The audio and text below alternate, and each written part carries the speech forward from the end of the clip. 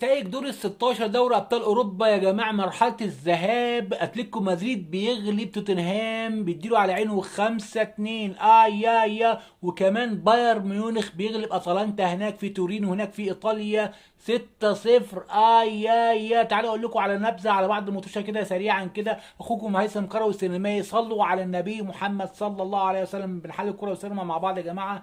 لو عجبك الفيديو دوس لايك والله مش هتخسر اي شيء. اصحابنا اللي في التيك توك خش على اللينك بتاع اليوتيوب واشتركوا معانا في قناه اليوتيوب. وكمان اليوتيوب قال ان الاشتراك في القناه مجانا. ولو حبيت الخير لغيرك بامر الله الخير هيجي لك كده كده. طبعا يعني برشلونه تعادل هو كمان مع نيوكاسل يونايتد 1-1 وده الماتش ده هنتكلم عنه باستفاضه شويه. وكمان ليفربول اتغلب من جلاتا سراي التركي هناك في تركيا 1-0. يعني المباراة الثانية ليفربول يروح هناك تركيا ويتغلب 1-0 نفس النتيجة برضو. رغم ان انا كنت شايف اول 5 دقايق كان ليفربول بيضيع فرص كتير وفي اخطاء دفاعية بالجملة لجلاتا سراي. سبحان الله الاخطاء الدفاعية دي في 5 دقايق تنقلب يحصل العكس. اول هجمه تروح بيها جلاتا سراي يجيبوا جون في الدقيقه 6 من ضربه ركنيه. سبحان الله على الحظ والارزاق. وكمان يعني اتلتيكو مدريد يا جماعه في ماتش غريب بيغلب توتنهام 5-2 في اول ربع ساعه يا جماعه. اول ربع ساعه 3 اجوان. انتوا متخيلين بسبب اخطاء حارس المرمى؟ انا ما شفتش صراحه كده قبل كده.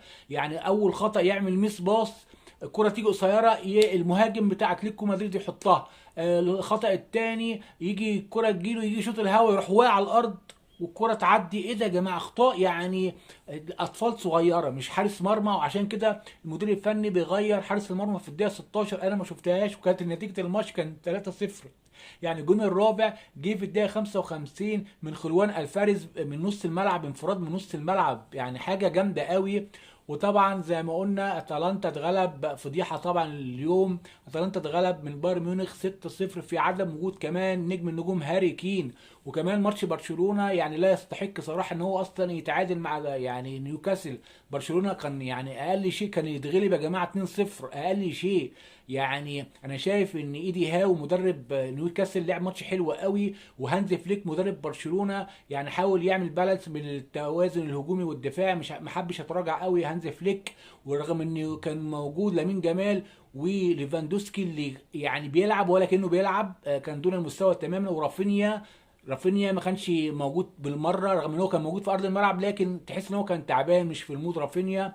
وطبعا خط الوسط كان رايح من برشلونه عشان خاطر يعني ديونج ما كانش موجود. واللياقه البدنيه العاليه من نيوكاسل يونايتد هي اللي خلت الاستحواذ وخط النص يبقى مع نيوكاسل. وطبعا الماتش ده يعني